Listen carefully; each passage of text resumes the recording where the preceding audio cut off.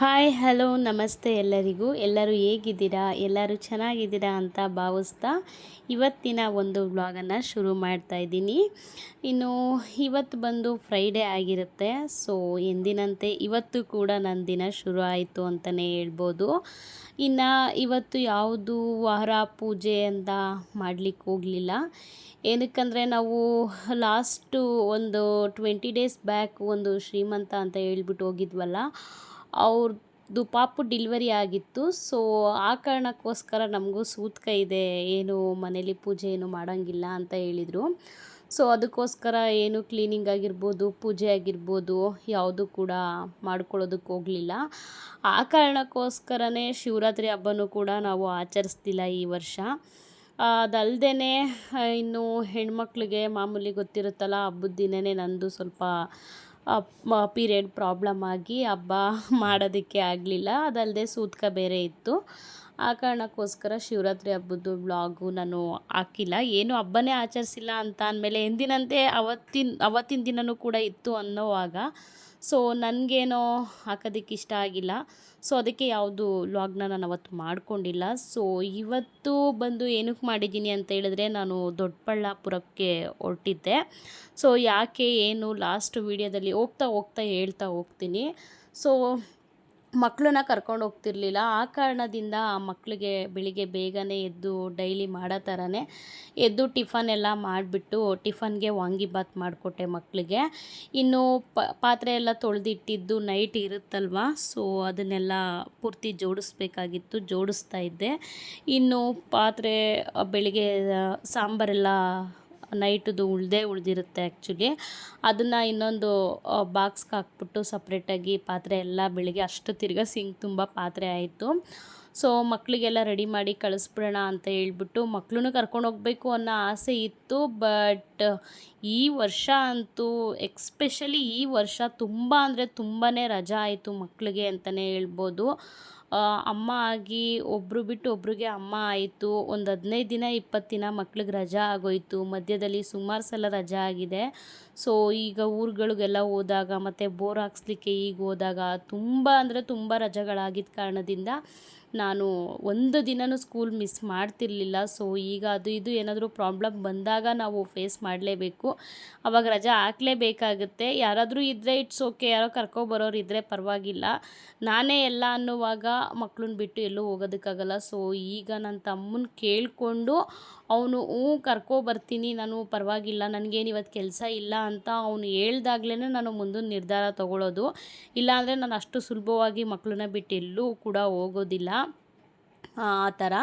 So ಎಲ್ಲಿ ಏನು ಎಲ್ಲ ಪೂರ್ತಿ ಡೀಟೇಲ್ ಹೋಗ್ತಾ ಹೇಳ್ತೀನಿ. ಅದಾದಮೇಲೆ ಇನ್ನು ಮಕ್ಕಳಿಗೆ ರೆಡಿ ಮಾಡಿಬಿಟ್ಟು ಟಿಫನ್ನೆಲ್ಲ ಕಟ್ಬಿಟ್ಟು ಬಾಕ್ಸ್ಗೆ ಟಿಫನ್ನೆಲ್ಲ ಹಾಕ್ಕೊಟ್ಟೆ. ಅವ್ರು ತಿಂತಾಯಿದ್ರು. ಅದಾದಮೇಲೆ ಬಾಕ್ಸ್ ಎಲ್ಲ ಕಟ್ಟಬೇಕಲ್ವ, ಸೊ ಬಾಕ್ಸ್ ಎಲ್ಲ ಕಟ್ಟಿ ಎಲ್ಲ ರೆಡಿ ಮಾಡ್ತಾಯಿದ್ದೆ. ಇನ್ನು ಮಾಮೂಲಿ ನಾವು ಕುಡಿಯೋದು ಫಿಲ್ಟ್ರ್ ನೀರಾಗಿರೋದ್ರಿಂದ ಕ್ಯಾನ್ ನೀರು ಪೂರ್ತಿ ಕ್ಯಾನಲ್ಲಿ ಖಾಲಿ ಆಗೋಗಿತ್ತು. ಸೊ ಅದನ್ನೆಲ್ಲ ತೆಗೆದು ಕ್ಯಾನೆಲ್ಲ ಬೆಳಗಿ ಕೊಟ್ಟೆ ನಮ್ಮ ಯಜಮಾನ್ರಿಗೆ, ತೊಗೊಂಬನ್ನಿ ನೀರೆಲ್ಲ ಪೂರ್ತಿ ಖಾಲಿ ಆಗಿಬಿಟ್ಟಿದೆ ಅಂತ ಹೇಳ್ಬಿಟ್ಟು. ಇನ್ನು ಕಾವೇರಿ ವಾಟರು ನಾವು ಅಡುಗೆಗೆ ಯೂಸ್ ಮಾಡ್ಕೋತೀವಿ. ಕುಡಿಯೋದಕ್ಕೆ ಮಾಮೂಲಿ 5 ರೂಪೀಸ್ದು ಕಾಯಿನ್ ಹಾಕಿದ್ರೆ ಆ ಡಬ್ಬದಲ್ಲಿ ಒಂದು 3/4 ಡಬ್ಬ ಬರುತ್ತೆ ವಾಟರು. ಸೊ ವಾಟರ್ ಪ್ಯೂರಿಫೈ ಹಾಕ್ಸ್ಕೋಬೇಕು ಅಂತ ಮಾಡ್ತಿದ್ವಿ. ಸ್ವಲ್ಪ ಇಲ್ಲಿ ನಮ್ಮದು ಪ್ರಾಬ್ಲಮ್ ಇರೋದ್ರಿಂದ ಹಾಕ್ಸೋದಕ್ಕೆ ಆಗ್ತಾಯಿಲ್ಲ. ಲಾಸ್ಟು ಸುಮಾರು ವ್ಲಾಗಲ್ಲಿ ಹೇಳಿದ್ದೀನಿ, ಸ್ವಲ್ಪ ಕೆಳಗಡೆ ಮನೆ ಕಿರಿಕಿರಿ ಜಾಸ್ತಿ. ಆ ಅಮ್ಮ ಬಟ್ಟೆ ಒಗೆಯೋದು, ಎಂಜಲು ನೀರು, ಚಪ್ಪಲಿ, ಅದು ಇದು ಗಲೀಜು ಎಲ್ಲ ಬಿಡ್ತಾ ಇರ್ತಾಳೆ ಸಂಪೊಳಗಡೆ. ಅಲ್ಲೇ ಮನೆ ಇರೋದು ಗ್ರೌಂಡ್ ಫ್ಲೋರಲ್ಲಿ, ಪಕ್ಕದಲ್ಲೇ ಸಂಪಿರೋದ್ರಿಂದ ತುಂಬ ಗಲೀಜು ಮಾಡ್ತಾಳೆ ಅಮ್ಮ. ಆ ಸಂಪು ನೀರನ್ನ ನಾವು ಬಟ್ಟೆ ಒಗೆಯೋದಕ್ಕೆ, ಸ್ನಾನ ಮಾಡೋದಕ್ಕೆ, ದೇವ್ರ ಸಾಮಾನು ತೊಳೆಯೋದಕ್ಕೆ ಯೂಸ್ ಮಾಡೋದಕ್ಕೆ ಇಷ್ಟ ಇಲ್ಲ. ಬಟ್ ಆದರೂ ಯೂಸ್ ಮಾಡ್ತಿದ್ದೀವಿ. ಅದಲ್ಲದೆ ಕುಡಿಯೋದಕ್ಕೂ ಯೂಸ್ ಮಾಡಬೇಕು ಅಂದರೆ ನಿಜವಾಗ್ಲೂ ನನ್ನ ಕೈಲಾಗಲ್ಲ. ಬಟ್ ವಾಟರ್ ಪ್ಯೂರಿಫೈ ಅಂದರೆ ಪೂರ್ತಿ ಕ್ಲೀನಾಗೆ ಪ್ಯೂರಿಫೈ ಆಗೇ ಬರುತ್ತೆ. ಬಟ್ ಅದು ನನಗೇನೋ ಸಮಾಧಾನ ಇಲ್ಲ. ಸೊ ಆ ಕಾರಣದಿಂದ ನಾನು ಅದನ್ನು ಬೇಡ, ನೋಡೋಣ ನೆಕ್ಸ್ಟು ಇನ್ಯಾವ ಮನೆಗೆ ಹೋಗ್ತೀವೋ, ಇಲ್ಲೇ ಎಷ್ಟು ವರ್ಷ ಇರ್ತೀವೋ ಇನ್ನೂ ಗೊತ್ತಿಲ್ಲ. ಸೊ ನೋಡೋಣ, ಸ್ವಲ್ಪ ನಿಧಾನ ಮಾಡೋಣ ಅಂತ ಹೇಳ್ಬಿಟ್ಟು ಅದನ್ನು ಅಲ್ಲಿಗೆ ನಿಲ್ಲಿಸಿದ್ದೀನಿ.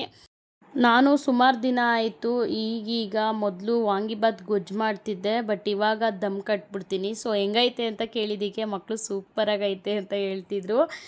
ಅದೇ ಅಲ್ವಾ ಖುಷಿ, ಯಾರಾದರೂ ಏನಾದರೂ ಮಾಡಿದಾಗ ಚೆನ್ನಾಗಿದೆ ಅಂತ ಹೊಗಳಿದ್ರೇ ನಮಗೆ ಇನ್ನೂ ಎನ್ಕರೇಜ್ ಮಾಡ್ದಂಗೆ.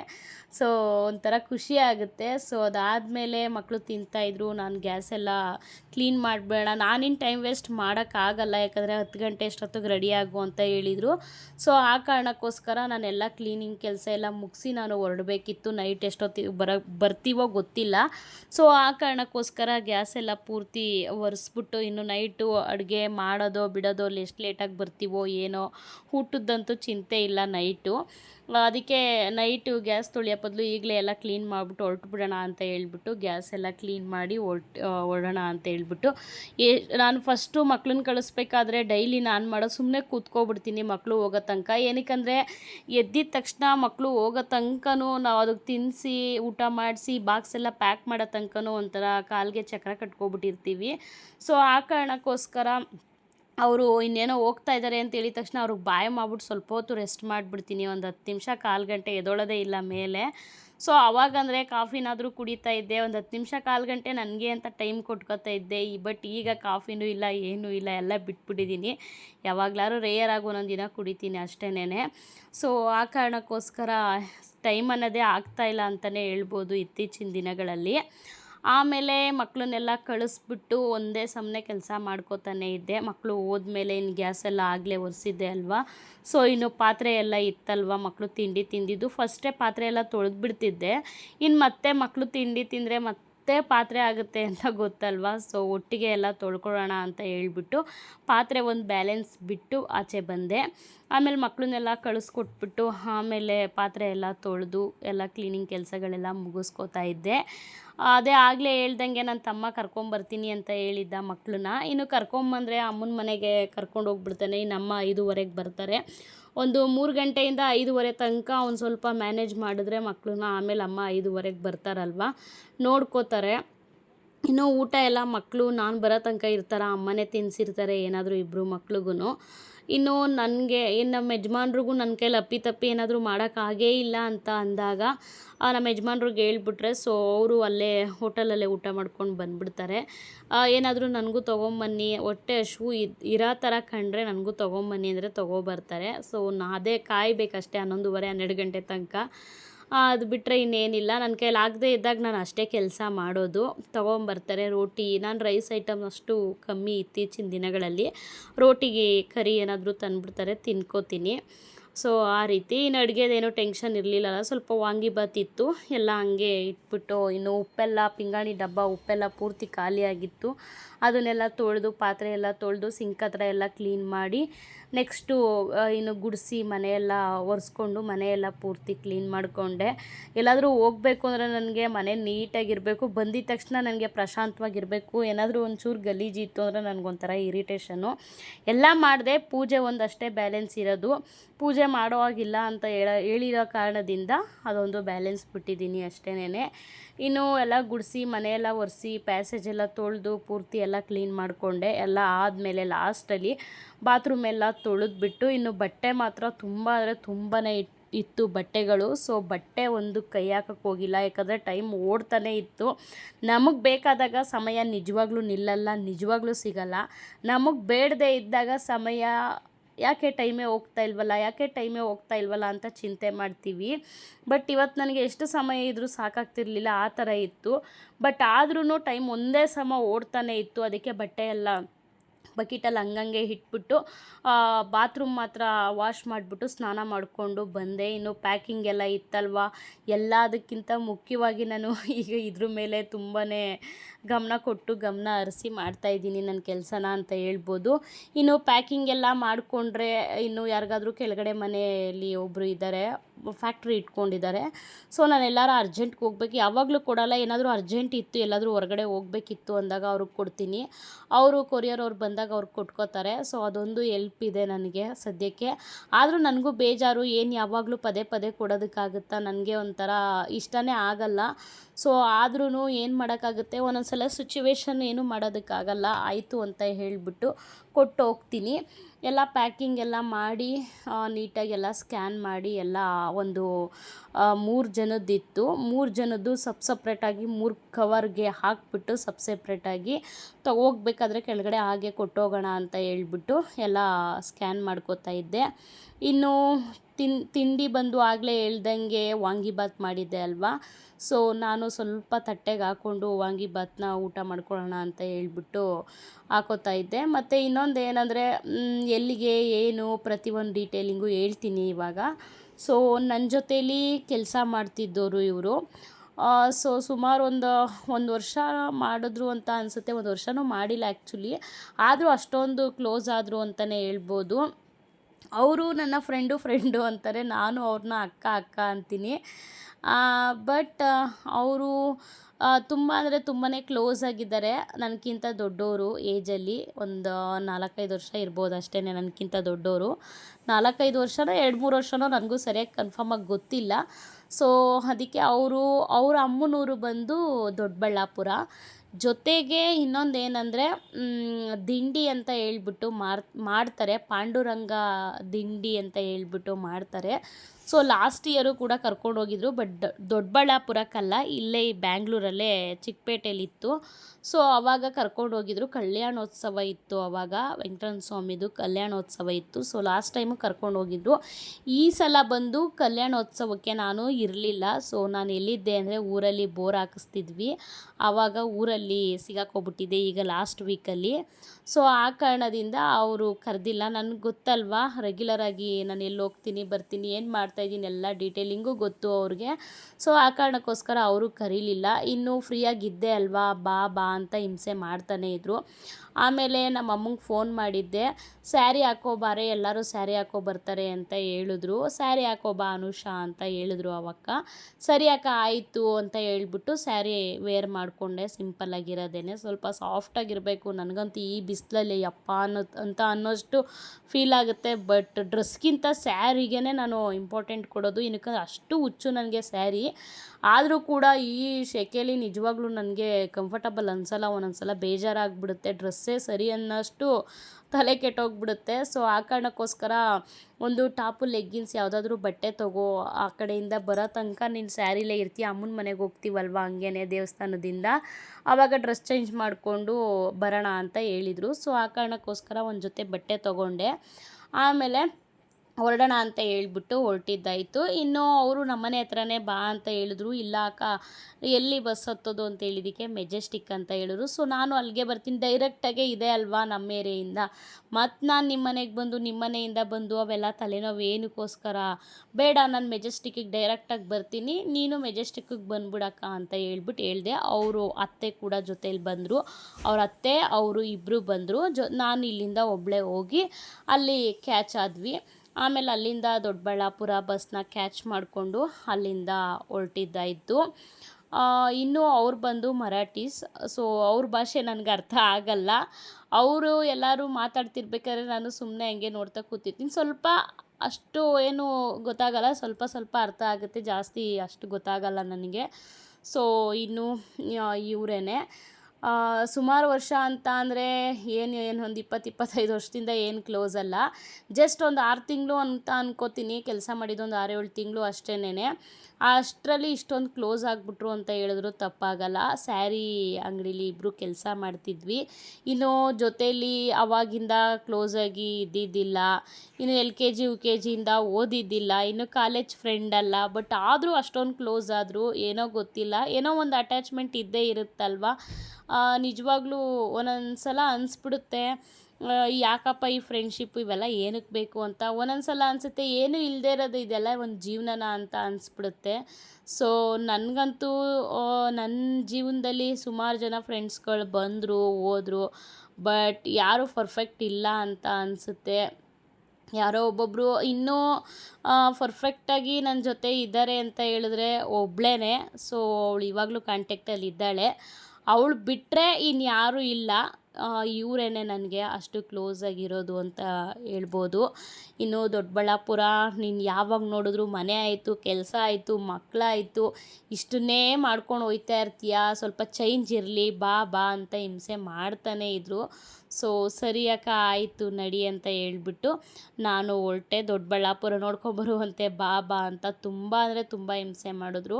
ಸೊ ಸರಿ ಆಯಿತು ಅಂತ ಹೇಳ್ಬಿಟ್ಟು ನನಗೂ ಮನೆ ಕೆಲಸ ಮಕ್ಕಳು ಸಾಕಾಗೋಗಿತ್ತು. ನನಗೂ ಸ್ವಲ್ಪ ಟೈಮು, ನನಗೂ ಸ್ವಲ್ಪ ಬೇರೆ ಕಡೆ ಹೊರಗಡೆ ಪ್ರಪಂಚ ನೋಡಬೇಕು ಅನ್ನೋದು ನನಗೂ ಇರುತ್ತಲ್ವ. ಸೊ ಯಜಮಾನ್ರನ್ನ ಕೇಳಿದೆ, ಆಯ್ತಮ್ಮ ಹೋಗಿ ಬಾ ಅಂತ. ಅವರು ಆ ಥರ ಏನು ನಮಗೆ ಜಾಸ್ತಿ ಕಂಡೀಷನ್ಗಳನ್ನ ಹಾಕಲ್ಲ. ಆಯಿತು ಹೋಗಿ ಬರಮ್ಮ ಅಂತ ಹೇಳಿದ್ರು. ಸರಿ ಆಯಿತು ಅಂತ ಹೇಳ್ಬಿಟ್ಟು ಹೊರಟಿದ್ದಾಯಿತು. ಇನ್ನು ಹೋಗಿದ ತಕ್ಷಣ ಡೈರೆಕ್ಟಾಗಿ ದೇವಸ್ಥಾನಕ್ಕೆ ಹೋಗಿ ಪೂಜೆ ಎಲ್ಲ ಮುಗಿಸ್ಕೊಂಡು ಕೈ ಮುಕ್ಕೊಂಡು ಅಲ್ಲಿ ಸ್ವಲ್ಪ ಹೊತ್ತಿದ್ದು, ಅದಾದಮೇಲೆ ನೋಡ್ತಾ ಇರ್ಬೋದು ಅಲಂಕಾರನ ಎರಡು ಕಣ್ಣು ಸಾಕಾಗೋದಿಲ್ಲ ಅಂತ ಹೇಳ್ಬೋದು. ಅಷ್ಟು ಚೆನ್ನಾಗಿ ಮಾಡಿದರು. ಹೋಗೋಷ್ಟೊತ್ತಿಗೆ ಭಜನೆ ಎಲ್ಲ, ಅಭಿಷೇಕ ಭಜನೆ ಪೂಜೆ ಎಲ್ಲ ಮುಗ್ದೋಗಿತ್ತು. ಸೊ ನಮ್ಮದು ಲೇಟ್ ಆಗೋಯಿತು ಸ್ವಲ್ಪ ಹೋಗೋದಕ್ಕೆ. 10 ಗಂಟೆ ಅಂತ ಹೇಳಿದರು ಅಕ್ಕ ನನ್ನ ಹತ್ರ. ನಾನು 10 ಗಂಟೆ ಅಷ್ಟೊತ್ತಿಗೆ ಎಲ್ಲ ಒಂದೇ ಸಮ ಕೆಲಸ ಮಾಡಿದ್ದೀನಿ. 10:30 11 ಗಂಟೆ ಆದ್ರೂ ಲೀಸ್ಟ್ಗೆ ಇಲ್ಲ. ಬಾ ನೀನು ಅಂತಲೇ ಇದ್ದರು. ಆಮೇಲೆ ಅವ್ರದ್ದೇ ಲೇಟ್ ಆಗಿದ್ದು, ನಂದೇನಿಲ್ಲ. ಸೊ ಲೇಟ್ ಆಯಿತು, ಅದಕ್ಕೆ ಎಲ್ಲ ಮುಗ್ದೇ ಹೋಗಿತ್ತು ಅಲ್ಲಿ. ಸೊ ಹೋಗಿ ಅಕ್ಷತೆ ಎಲ್ಲ ಹಾಕಿ ಕೈ ಮುಕ್ಕೊಂಡು ನಮಸ್ಕಾರ ಮಾಡಿಕೊಂಡು ಇನ್ನು ಊಟ ಅಲ್ಲೇ ಇರುತ್ತೆ. ಸೊ ಇದು ದೇವಸ್ಥಾನದ ಪಕ್ಕದಲ್ಲಿ ಆ ಕಡೆ ಹಿಂದುಗಡೆ ಕಾದಂಗೆ ಒಂದು ಚೌಟ್ರಿ ಇದೆ, ಅಲ್ಲಿ ಊಟದ ವ್ಯವಸ್ಥೆ ಎಲ್ಲ ಮಾಡಿದರು. ಸೊ ಅಲ್ಲಿ ನೆಕ್ಸ್ಟು ಊಟಕ್ಕೆ ಹೋಗೋಣ ಅಂತ ಹೇಳ್ಬಿಟ್ಟು ಎಲ್ಲ ಹೊರಟಿದ್ವಿ. ಇನ್ನೆಲ್ಲ ಇವ್ರ ರಿಲೇಷನ್ಗಳೇ ಜಾಸ್ತಿ ಇದ್ದಿದ್ದು ಅಲ್ಲಿ. ಬಟ್ ನನಗೆ ಹೊಸದು ಇದು ಎಲ್ಲ ಅಂದರೆ ಲಾಸ್ಟ್ ಟೈಮ್ ಹೋಗಿದ್ದಾಗ ಚಿಕ್ಕಪೇಟೆಗೆ ಅಕ್ಕ ನಾನು ಇಬ್ಬರೇ ಹೋಗಿದ್ದಿದ್ದು. ಬಟ್ ಈ ಸಲ ಬಂದು ಅವ್ರ ರಿಲೇಷನ್ ಜೊತೆ ಎಲ್ಲರ ಜೊತೆಲೂ ಹೋಗಿದ್ದಲ್ವ. ಸೊ ಅವ್ರು ಹೆಂಗೆ ಟ್ರೀಟ್ ಮಾಡ್ತಾರೋ, ಯಾವ ಥರ ಇದು ಮಾಡ್ತಾರೋ ಗೊತ್ತಿಲ್ಲ, ಏನು ತಿಳ್ಕೊತಾರೋ ಹೆಂಗೋ ಏನೋ ಅನ್ನೋ ಥರ ಇರುತ್ತೆ. ಸೊ ಎಲ್ಲರೂ ನಿಜವಾಗ್ಲೂ ಸಖತ್ ಕ್ಲೋಸ್ ಆಗಿದ್ದರು ಅಂತಲೇ ಹೇಳ್ಬೋದು. ಚೆನ್ನಾಗಿ ಅಡ್ಜಸ್ಟ್ ಆದರು, ಎಲ್ಲರೂ ಕ್ಲೋಸಾಗಿ ಮಾತಾಡಿಕೊಂಡು ಚೆನ್ನಾಗಿದ್ರು ಅಂತಲೇ ಹೇಳ್ಬೋದು. ನಿಜವಾಗ್ಲೂ ತುಂಬಾ ಖುಷಿ ಆಯಿತು ನನಗೆ. ನಾನೆಲ್ಲೋ ಬೇರೆಯವ್ರ ಮನೆಗೆ ಹೋಗಿದ್ದೀನಿ ಅನ್ನೋ ಫೀಲೇ ಬಂದಿಲ್ಲ ನನಗೆ. ಸೊ ಏನೋ ಅವರು ಕೂಡ ನಮ್ಮ ಫ್ಯಾಮಿಲಿಲಿ ಒಬ್ಬರು ಅನ್ನೋ ಥರನೇ ನನಗೆ ಅನ್ನಿಸ್ತು ಅಂತಲೇ ಹೇಳ್ಬೋದು. ನಿಜವಾಗ್ಲೂ ಬಾಯಿ ಮಾತು ಕೇಳ್ತಾ ಇಲ್ಲ. ಯಾವುದೇ ಒಂದಾದ್ರೂ ಸುಮ್ಮನೆ ಒಂದು ಬಾಂಧವ್ಯ ಬರುತ್ತೆ, ಒಂದು ಕಡೆ ಹೋಗ್ತೀವಿ ಬರ್ತೀವಿ ಅಂದರೆ ಯಾವುದೂ ಅಷ್ಟು ಸುಲಭ ಅಲ್ಲ. ಸೊ ಯಾವುದೇ ಒಂದಕ್ಕಾದ್ರೂ ಒಂದು ಕರೆದ್ರೇ ಹೋಗೋದಕ್ಕೆ ಕಷ್ಟ ಆಗುತ್ತೆ, ಇನ್ನು ಕರೀದೆ ಯಾರು ಹೋಗ್ತಾರೆ ಅಲ್ವಾ. ಸೊ ಆ ಥರ ಈಗ ಎಷ್ಟು ಕ್ಲೋಸ್ ಇರಲಿ, ಸ್ವಂತ ಅಣ್ಣ ತಮ್ಮದಿರೇ ಆಗಿರ್ಬೋದು, ಚೆನ್ನಾಗಿಲ್ದೇ ಇದ್ರೆ ಅವ್ರ ಮನೆ ಹೊಸ್ಲು ತುಣಿಯೋದಕ್ಕೂ ಕೂಡ ಬೇಜಾರಾಗುತ್ತೆ. ಸೊ ಎಲ್ಲೂ ಹೋಗಬಾರ್ದು ಅಂತ ಅನಿಸುತ್ತೆ. ಆ ಥರ ಇರುವಾಗ ಇಲ್ಲಿ ಹೆಂಗೋ ಏನೋ ರಿಲೇಷನ್ಸು ಇವಕ್ಕ ಓಕೆ, ಬಟ್ ಅಲ್ಲಿ ಹೆಂಗೋ ಏನೋ ಅನ್ನೋ ಥರನೇ ನಾನು ಹೋದೆ. ಬಟ್ ನಿಜವಾಗ್ಲೂ ಬೇರೆ ಕಡೆ ಹೋಗಿದ್ದೀನಿ ಅನ್ನೋ ಥರನೇ ನನಗೆ ಅನಿಸ್ಲಿಲ್ಲ. ಆ ಥರ ಎಲ್ಲರೂ ಚೆನ್ನಾಗಿ ಟ್ರೀಟ್ ಮಾಡಿದ್ರು ಅಂತಲೇ ಹೇಳ್ಬೋದು. कुई कुई कुई कुई अब मीडिया आता काय जाय ना बघा यूट्यूबवर संजय नीता सदराने बरोबर बसा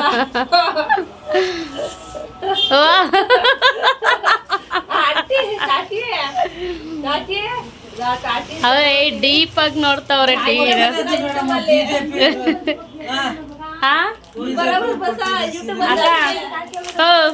BJP ಅವ್ರು ಕೊಟ್ಟಿರೋ ಸೀರೆ ಅಂತೆ ನೋಡು, ಚೆನ್ನಾಗೈತೆ.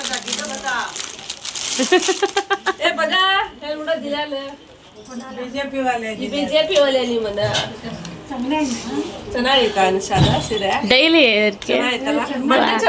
ಬಟ್ಟೆ ಚೆನ್ನಾಗೈತೆ, ಸಾಫ್ಟ್ ಆಗಿ.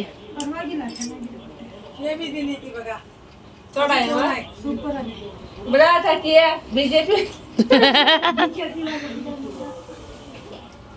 चढाया ಇವೆಲ್ಲ ಅವ್ರು ಕೊಟ್ಟಿರವೆಯೋ? ಹೋಗತ್ತೆಗೆ ಏನ್ ಸೀರೆ ತಗೊಳ್ಳೋದೇ ಬೇಡ. ಅಯ್ಯೋ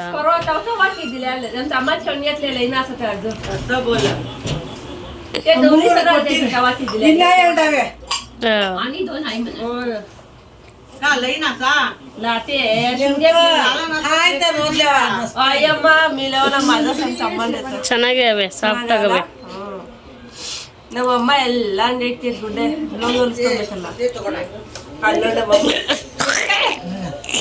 ಇದೊಂದು ಎಲ್ಲಾರು ಕೊಟ್ಟು ನೋಡಿ ಎಲ್ಲ ಹಳೇದ್ ಮಾಡ್ಬಿಟ್ಟು ಇದು ಚೆನ್ನಾಗಿಲ್ಲ. ಉಟ್ಕೊಂಡೆಲ್ಲ ಇದು ಹಳೇದ್ ಮಾಡ್ಬಿಟ್ಟು ನಮ್ಮಮ್ಮ ಹಂಗೆ ಇಟ್ಕೊಂಡು ಇಲ್ಲ ನೀನು ಕೊಟ್ಟಿಲ್ವಾ? ನನಗೆ ಕೊಡ್ತಾರೆ ನಮ್ಮಮ್ಮನ ಕೊಡ್ತಾರೆ ಮನೆ ಯಾಕೆ ನಿಂದು ಇರ್ಲಿಲ್ವಾ ಇಲ್ಲ I D card? ID card ಎಲ್ಲ ಹಂಗೆ ಕೊಡೋದು. ಅವಳು ಇಲ್ಲಿದ್ರೆ ಕೊಡಿಸ್ತಿದ್ದೆ, ನಮ್ಮ ಹುಡುಗಿಗೆ ಒಂದ್ ಕೊಡ್ರಿ ಅಂದ್ರೆ ಕೊಡ್ತಾ ಇದ್ದ. ಅವಳು ಇರ್ಲಿಲ್ಲ, ಕೊಡುವಾಗ ಇರಲ್ವಲ್ಲ. ಗೌರಿ ಹಬ್ಬಕ್ಕೆ ಒಂದೊಂದು ಕೊಡ್ತಾರೆ, ವರ್ಷಕ್ಕೊಂದೊಂದ್ಸತಿ.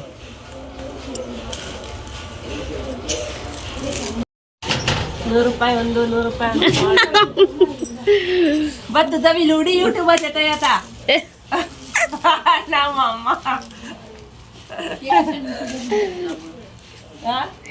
ಅಂಚೆಲ್ಲ ಹೊಲ್ಸೈತೆ.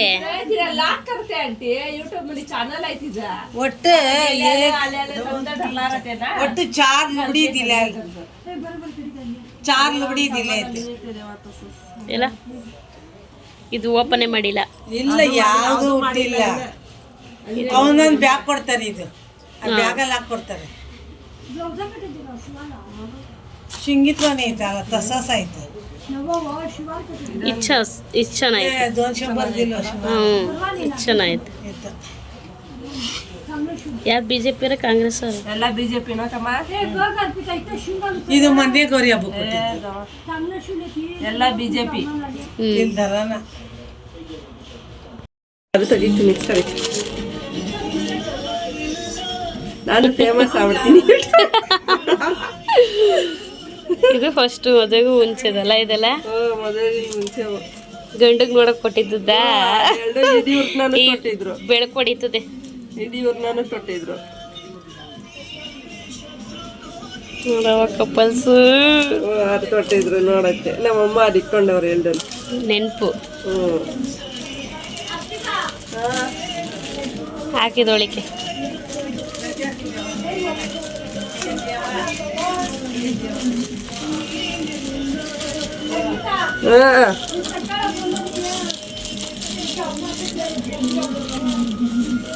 ಎದ್ದಾ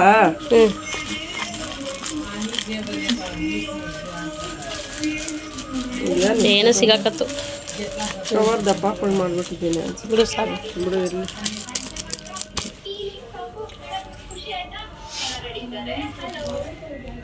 ನೋಡುವ ಕಪಲ್ಸ.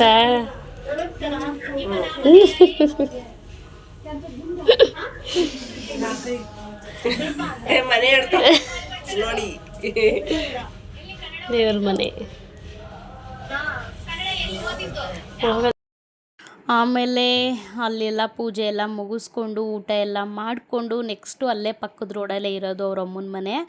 ಬಾ ಅಂತ ಹೇಳ್ಬಿಟ್ಟು ಕರ್ಕೊಂಡು ಹೋದರು. ಹೋಗಿ ಕೂತ್ಕೊಂಡು ಸ್ವಲ್ಪ ಹೊತ್ತು ಅವ್ರ ಅಮ್ಮ ಮಗಳು ಎಷ್ಟು ದಿನ ಆಗಿತ್ತೋ ನನಗಂತೂ ಗೊತ್ತಿಲ್ಲ, ಸುಮಾರು ಹೊತ್ತು ತನಕ ಕೂತ್ಕೊಂಡು ಅವರು ಅಮ್ಮನ ಮನೆ ಅಂತ ಅಂದರೆ ಯಾರಿಗೆ ಖುಷಿ ಆಗಲ್ಲ, ಇಷ್ಟ ಆಗಲ್ಲ ಹೇಳಿ. ಸೊ ಕೂತ್ಕೊಂಡು ಮಾತಾಡ್ಕೊಂಡು ಕೂತಿದ್ರು. ಇನ್ನು ಅವ್ರ ಅತ್ತೆ ವೈಟ್ ಕಲರ್ ಸ್ಯಾರಿ ಹಾಕ್ಕೊಂಡಿದ್ರಲ್ಲ, ನಾನು ವಿಡಿಯೋ ಮಾಡ್ತಿದ್ದಾರೆ ಅಂತ ಹೇಳಿದಾಗ ಅವರು ಕಾಫಿ ಕೆಳಗಡೆ ಇಟ್ಬಿಟ್ಟು ಕೂತ್ಕೊಂಡ್ರಲ್ಲ, ಅವ್ರು ಬಂದು ಆ ಅಕ್ಕವರ ಅತ್ತೆ. ಇನ್ನು ಈ ಕಡೆ ಸ್ಯಾರಿ ಎಲ್ಲ ತೋರಿಸ್ತಿದ್ದು ಆ ಅಕ್ಕವರ ಅಮ್ಮ. ಇನ್ನು ಅವರೆಲ್ಲ ರಿಲೇಟಿವ್ಸು. ಏನೇನಾಗಬೇಕು ನಂಗೆ ಗೊತ್ತಿಲ್ಲ. ಸೊ ಇನ್ನು ಅವರು ನನಗಂತೂ ನಿಜವಾಗ್ಲೂ ಎಷ್ಟು ಖುಷಿ ಆಯಿತು ಅಂದರೆ, ಒಂಥರ ಮೈಂಡ್ ಸೆಟ್ಟಲ್ಲಿ ನಾವು ಏನೋ ಒಂದು ಯೋಚನೆ ಮಾಡಿಕೊಂಡು ಏನೋ ಬೇರೆ ಥರ ನಮ್ಮದೇನೋ ಇರುತ್ತಲ್ವ. ಸೊ ಅದು ಹೆಂಗೆ ಹೇಳಬೇಕು ನನಗೆ ಗೊತ್ತಾಗ್ತಾ ಇಲ್ಲ. ಸೊ ಒಂಥರ ವಾತಾವರಣ ಚೇಂಜ್ ಆದಂಗೆ ಅಂತ ಅನ್ನಿಸ್ತು ಅಂತಲೇ ಹೇಳ್ಬೋದು. ಇನ್ನು ಅದೆಲ್ಲ ಮುಗಿಸ್ಕೊಂಡು ನೆಕ್ಸ್ಟು ಸ್ವಲ್ಪ ಹೊತ್ತು ಅಳತೆ ಹೊಡ್ಕೊಂಡು ಎಲ್ಲರೂ ಕೂತಿದ್ವಿ. ಅದಾದಮೇಲೆ ಅವರಮ್ಮ ಬೇಡ ಅಂದರು, ಈಗ ತಾನೇ ಊಟ ಮಾಡ್ಕೊಂಬಂದಿದ್ದೀವಿ ಅಂದರು. ಸ್ವಲ್ಪ ಟೀ ಮಾಡಿಕೊಟ್ರು. ಯಾಕೋ ನನಗೆ ಕಾಫಿ ಅಂದರೆ ವಾಮಿಟ್ ಬರೋ ಥರನೇ ಆಗ್ತಿದೆ. ಸೊ ಸ್ವಲ್ಪ ಟೀ ಕುಡ್ದಾದ್ಮೇಲೆ ಇನ್ನು ನೆಕ್ಸ್ಟು ಅಲ್ಲಿ ಸೀರೆ ಸಂತೆ ಅಂತ ಹೇಳ್ಬಿಟ್ಟು ಹಾಕಿದ್ರು ದೊಡ್ಡಬಳ್ಳಾಪುರದಲ್ಲಿ, ಚೆನ್ನಾಗಿತ್ತು. ಸೊ ನೋಡೋಣ ಅಂತ ಹೇಳ್ಬಿಟ್ಟು ಎಲ್ಲ ಹೊರಟಿದ್ವಿ. ಎಷ್ಟೊತ್ತಿಗಲ್ಲಿ ಬಿಡೋಣ ಅಂತ ಹೇಳ್ಬಿಟ್ಟು ನೀನೆಲ್ಲ ಕರ್ಕೊಂಬಂದು ಸುತ್ತಿಸ್ತಾ ಇದೆಯಾ ಅಕ್ಕ ಅಂತ ನಾನು ಹಂಗೂ ರೇಗಿಸ್ತಾ ಇದ್ದೆ.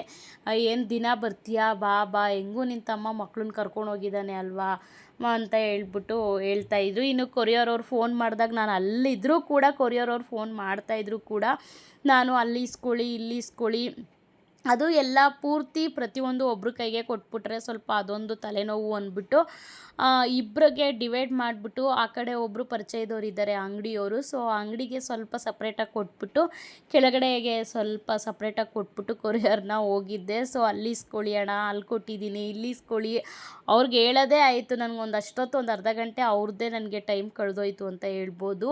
ಇನ್ನು ಅದಾದಮೇಲೆ ಇಲ್ಲ ನಾವೇನು ಪರ್ಚೇಸ್ ಮಾಡ್ತೀವ ಬಾ ಅಕ್ಕ ಹೋಗೋಣ ಅಂತ ಹೇಳಿದ್ರು. ಬಾ ಡೈಲಿ ಬರ್ತೀಯಾ ಅಂತ ಹೇಳ್ಬಿಟ್ಟು ಕರ್ಕೊಂಡೋದ್ರು.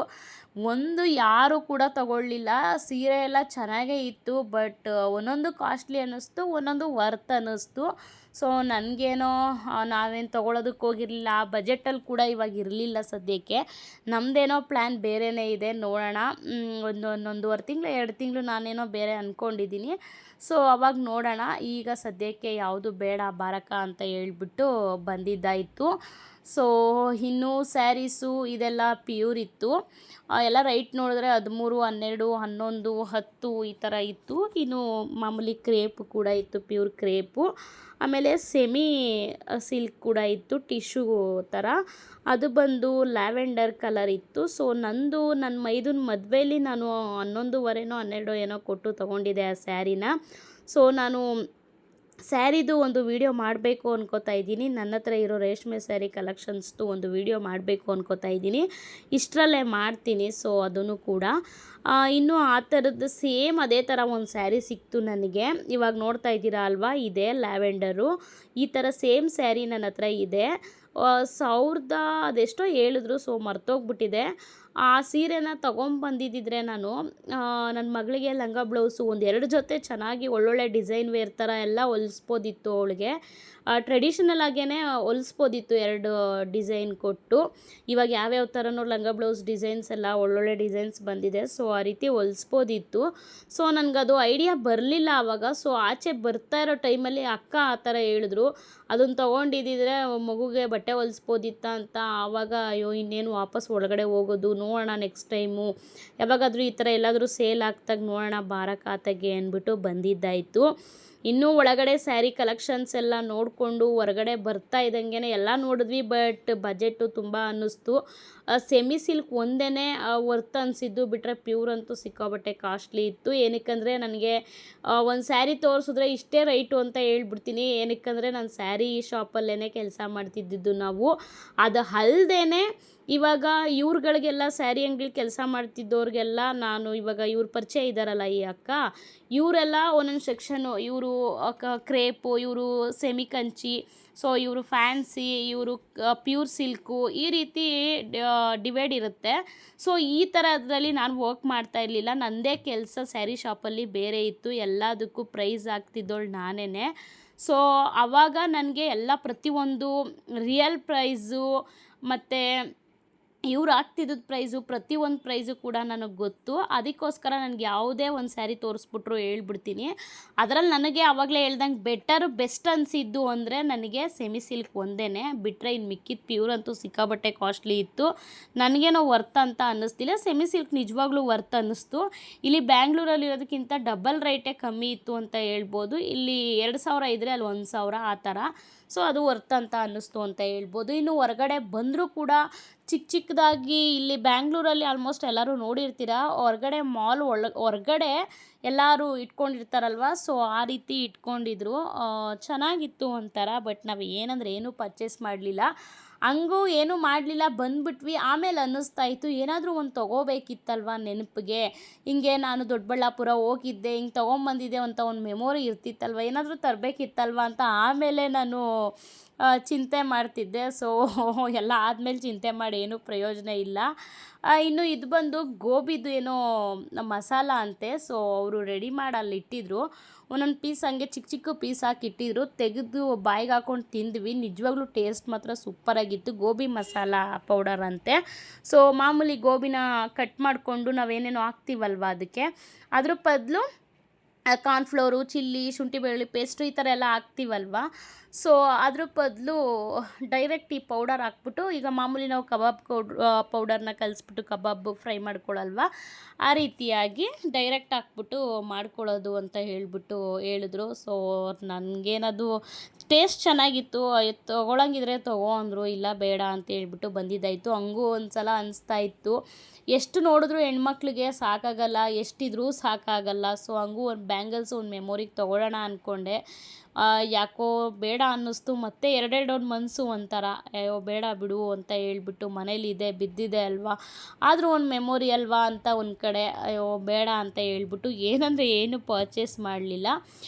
ಇನ್ನೊಂದು ತಮ್ಮನೇಲಿ ನೋಡಿ ಏನಪ್ಪ ದೊಡ್ಡದಾಗಿ ಹಂಗಂದ್ಲು ಅಂತ ಅಂದ್ಕೋಬೇಡಿ. ಇನ್ನೊಂದು ಏನು ವಿಷಯ ಅಂದರೆ, ಈ ಫಂಕ್ಷನ್ಗೆ ನಾನು ಆಗಲೇ ನಿಮಗೆ ಆರ್ಕೆಸ್ಟ್ರಾ ಎಲ್ಲ ಥರ ರೆಡಿ ಮಾಡಿದ್ರಲ್ವ, ಸೊ ಅದನ್ನೆಲ್ಲ ತೋರಿಸ್ತೆ ನಿಮ್ಗಾಗಲೇ. ಅಲ್ಲಿ ಗಿಲ್ಲಿ ಬರ್ತಾರೆ ಅಂತ ಹೇಳ್ಬಿಟ್ಟು, ಬಿಗ್ ಬಾಸ್ ವಿನ್ನರ್ ಗಿಲ್ಲಿ ಬರ್ತಾರೆ ಅಂತ ಹೇಳಿದ್ರು. ಸೊ 6 ಗಂಟೆಗೆ ಪಕ್ಕ ಬರ್ತಾರೆ ಅಂತ ಹೇಳಿದ್ರು. ನಾವು 5:30 ಅಷ್ಟೊತ್ತಿಗೆಲ್ಲ ಮುಗಿಸ್ಕೊಂಡು ನಾವು ಹೊರಗಡೆ ಬಂದ್ಬಿಟ್ಟಿದ್ವಿ ಆಲ್ರೆಡಿ. ಹೊರಗಡೆ ಅಂತ ಅಂದರೆ ಫುಲ್ಲು ಗೇಟಿಂದ ಆಚೆ ಎಲ್ಲ, ಇಲ್ಲಿ ಹೊರಗಡೆ ಎಲ್ಲ ನೋಡ್ತಾ ಇದ್ವಿ. ಸೊ 5:30 ನಾವು ಇವಾಗ ಎಲ್ಲ ನೋಡ್ತಿರ್ಬೇಕಾದ್ರೆ ಇನ್ನು ½ ಅವರ್ ಕಾಯಬೇಕಿತ್ತು. ಅದಲ್ಲದೆ ನಾವು ಬ್ಯಾಂಗ್ಳೂರಿಗೆ ಬೇರೆ ಬರಬೇಕಿತ್ತು, ಮಕ್ಕಳು ಬಿಟ್ಟಿದ್ದೀವಿ, ಅಮ್ಮನ ಮನೇಲಿ ಇದ್ದಾರೆ ಅನ್ನೋದೊಂದು ಧೈರ್ಯ ಇದ್ದೇ ಇರುತ್ತೆ. ಅದಕ್ಕೂ ಧೈರ್ಯ ಮೀರಿ ಏನಲ್ಲಿ ನಾನು ಇರಲಿಲ್ಲ. ಸೊ ಅಮ್ಮನ ಮನೇಲಿ ಮಕ್ಕಳಿದ್ದಾರೆ ಅನ್ನೋದೊಂದು ಧೈರ್ಯ ನನಗೆ. ಬಟ್ ಅದಲ್ಲದೆ ಆದರೂ ನಮಗೆ ಜ್ಞಾನ ಎಲ್ಲ ಇಲ್ಲೇ ಇತ್ತು ನನಗೆ. ಬೇಗ ಹೋಗಬೇಕು, ಕತ್ಲೆ ಆಗಿಬಿಟ್ರೆ ಹೆಂಗೆ ಹೋಗಲಿ ನಾನು ಅಂತ ಹೇಳ್ಬಿಟ್ಟು.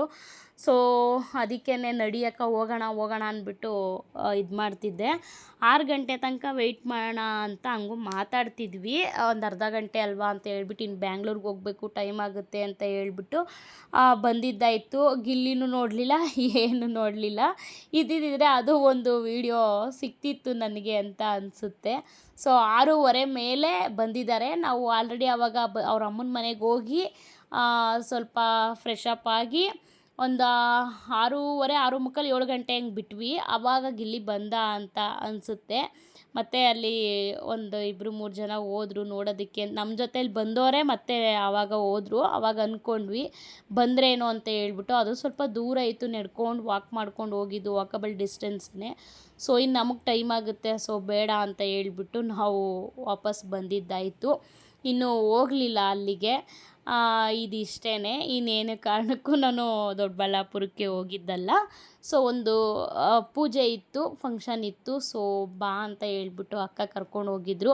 ನಿನಗೂ ಸ್ವಲ್ಪ ಚೇಂಜಸ್ ಇರುತ್ತೆ, ಏನು ಯಾವಾಗಲೂ ಮಕ್ಕಳು ಕೆಲಸ ಸ್ಕೂಲು ಇದೇ ಮಾಡ್ತಾ ಇರ್ತೀಯಾ ಅಂದ್ಬಿಟ್ಟು. ಸೊ ನನಗೂ ಸ್ವಲ್ಪ ಆಗಲೇ ಹೇಳ್ದಂಗೆ ಚೇಂಜಸ್ ಬೇಕಿತ್ತಲ್ವ. ಸೊ ಆ ಕಾರಣಕ್ಕೋಸ್ಕರ ನಾನು ಹೋಗಿದ್ದೆ. ಇನ್ನು ಫುಲ್ಲು ಟೈಟ್ ಅಂದರೆ ಟೈಟ್ ಸೆಕ್ಯೂರಿಟಿ ಎಲ್ಲ ಮಾಡಿದರು. ಪೊಲೀಸ್ಗಳೆಲ್ಲ ಹೆಜ್ಜೆಗೂ ಕೂಡ ನಿಂತಿದ್ರು. ಮಾಮೂಲಿ ಈ ಥರ ಏನಾದರೂ ಸೇಲ್ಸ್ ಇದ್ದಾಗ ಇರ್ತಾರೆ, ಇಲ್ಲ ಅಂತ ಹೇಳೋದಿಲ್ಲ. ಬಟ್ ಹೆಜ್ಜೆಗೂ 2-3 ಜನ ಏಕ್ಲಕ್ಕೂ ಕೂಡ ಇದ್ದರು. ನಾನು ಸ್ವಲ್ಪ ಮಾತ್ರ ವೀಡಿಯೋ ಮಾಡಿಕೊಂಡೆ, ಜಾಸ್ತಿ ಆಮೇಲೆ ಯಾರಪ್ಪ ಇವಳು ವೀಡಿಯೋ ಮಾಡ್ತಾವಳೆ ಅಂತ ತಪ್ಪು ತಿಳ್ಕೊತಾರೆ ಅನ್ನೋ ಕಾರಣಕ್ಕೋಸ್ಕರ ಹಂಗೂ ಎಲ್ಲಾದರೂ ಹೊರಗಡೆ ಹೋದಾಗ ನನಗಿನ್ನೂ ಸ್ವಲ್ಪ ಮುಜುಗರನೇ ವೀಡಿಯೋ ಮಾಡೋದಕ್ಕೆ. ಬಟ್ ಎಲ್ಲ ನಾಚ್ಕೊಂಡ್ರೆ ಆಗಲ್ಲ, ಮಾಡಲೇಬೇಕು, ಯೂಟ್ಯೂಬರ್ ಆದಮೇಲೆ ಅಂತ ಹೇಳ್ಬಿಟ್ಟು ಸ್ವಲ್ಪ ಹಂಗೂ ಹಿಂಗೂ ಧೈರ್ಯ ಮಾಡ್ತೀನಿ. ಇನ್ನು ಇದು ಬಂದು ಅಕ್ಕ ಓದ್ತಿದ್ದು ಸ್ಕೂಲಂತೆ. ಸೊ ಇದನ್ನು ಒಂದು ವೀಡಿಯೋ ಕ್ಲಿಪ್ಪಿಂಗ್ಸ್ ತಗೋ ಅಂತ ಅಂದರು ಅಕ್ಕ. ಹ್ಞೂ ಅಕ್ಕ, ಇದೆಲ್ಲ ಒಂದು ಮೆಮೊರಿ ಅಲ್ವೇನಕ್ಕ ಅಂತ ಹೇಳ್ಬಿಟ್ಟು ಹಂಗೆ ಇದೊಂದು ವೀಡಿಯೋನ ಮಾಡಿಕೊಂಡೆ ಅಂತ ಹೇಳ್ಬೋದು. ನಾನು ಓದಿದ ಸ್ಕೂಲು ಅಂತ ಹೇಳಿದ್ರು. ಸೊ ಇನ್ನದೆಲ್ಲ ಆದಮೇಲೆ ಇವರೇನೆ, ಆ ಊರವರೇ ಇವರು. ಸೊ ನಾವು ಬಂದ ಮೇಲೆ ಇವ್ರು ಮತ್ತೆ ವಾಪಸ್ ಹೋದರು. ಅವಾಗ ಇಲ್ಲಿ ಬಂದ ಅಂತ ಅನಿಸುತ್ತೆ, ಗೊತ್ತಿಲ್ಲ. ನಾವು ವಾಪಸ್ ರಿಟರ್ನ್ ಬಂದ್ಬಿಟ್ವಿ ಅಂತಲೇ ಹೇಳ್ಬೋದು. ಬಸ್ನ ಕ್ಯಾಚ್ ಮಾಡಿಕೊಂಡು. ಬಸ್ಸೇನೋ ಇರುತ್ತೆ, ತೊಂದರೆ ಇಲ್ಲ. ಬಟ್ ಆದ್ರೂ ನನಗೆ ಲೇಟ್ ಆಗುತ್ತಲ್ವ, ಆ ಕಾರಣಕ್ಕೋಸ್ಕರ ವಾಪಸ್ ಬಂದಿದ್ದಾಯಿತು. ನಿಜವಾಗ್ಲೂ ಇವತ್ತಿನ ದಿನ ತುಂಬಾ ಚೆನ್ನಾಗಿತ್ತು ಅಂತ ಹೇಳ್ಬೋದು. ಒಳ್ಳೆ ಎಂಜಾಯ್ಮೆಂಟ್ ಮಾಡಿದೆ. ಯಾರೋ ಬೇರೆಯವ್ರ ಜೊತೆ ಹೋಗಿದ್ದೆ. ಇವಕ್ಕ ಅಷ್ಟೇ ಕ್ಲೋಸ್ ಇದ್ದಿದ್ದು. ಅವರು ರಿಲೇಟಿವಲ್ಲಿ ನನಗೆ ಯಾರೂ ಅಷ್ಟು ಗೊತ್ತಿಲ್ಲ, ಎಲ್ಲ ಇದೆ ಫಸ್ಟ್ ನೋಡಿ. ಅವ್ರ ಅತ್ತೆ ನೋಡಿದ್ದೀನಿ, ಅವ್ರ ಮನೆಗೂ ಹೋಗಿದ್ದೀನಿ. ಬಟ್ ಅವ್ರ ರಿಲೇಟಿವಲ್ಲಿ ಯಾರು ಯಾರ್ಯಾರು ಹೆಂಗಿರ್ತಾರೆ ಯಾರೂ ಹೇಳೋಕ್ಕಾಗಲ್ಲ ಅಲ್ಲ. ಬಟ್ ನಿಜವಾಗ್ಲೂ ಕ್ಲೋಸ್ ಆಗಿದ್ರು, ಎಲ್ಲರೂ ಚೆನ್ನಾಗಿ ಇದು ಮಾಡಿದ್ರು ಅಂತಲೇ ಹೇಳ್ಬೋದು. ನನಗಂತೂ ತುಂಬ ಖುಷಿಯಾಯಿತು. ಇವತ್ತಿನ ದಿನ ತುಂಬಾ ಚೆನ್ನಾಗಿತ್ತು ಅಂತ ಹೇಳ್ಬೋದು. ಇನ್ನೂ ಒಳ್ಳೊಳ್ಳೆ ವೀಡಿಯೋಗಳನ್ನ ಇದೇ ಥರ ಹಾಕ್ತಾ ಇರ್ತೀನಿ. ನಿಮ್ಗೇನಾದರೂ ಈ ವಿಡಿಯೋ ಇಷ್ಟ ಆಯಿತು ಅಂದರೆ ದಯವಿಟ್ಟು ಒಂದು ಲೈಕ್ ಕೊಡಿ. ಯಾರಾದರೂ ಹೊಸ್ದಾಗಿ ನನ್ನ ಚಾನಲ್ ನೋಡ್ತಿದ್ದೀರಾ ಅಂತ ಹೇಳಿದ್ರೆ ಸಬ್ಸ್ಕ್ರೈಬ್ ಮಾಡ್ಕೊಂಡು ನೋಡಿ ಅಂತ ಹೇಳ್ತಾ ಇವತ್ತಿನ ಈ ವಿಡಿಯೋನ ನಾನು ಇಲ್ಲಿಗೆ ಎಂಡ್ ಮಾಡ್ತಾಯಿದ್ದೀನಿ. ಮತ್ತೆ ನಾಳೆ ವಿಡಿಯೋದಲ್ಲಿ ಭೇಟಿ ಆಗೋಣ. Thank you for watching. Bye.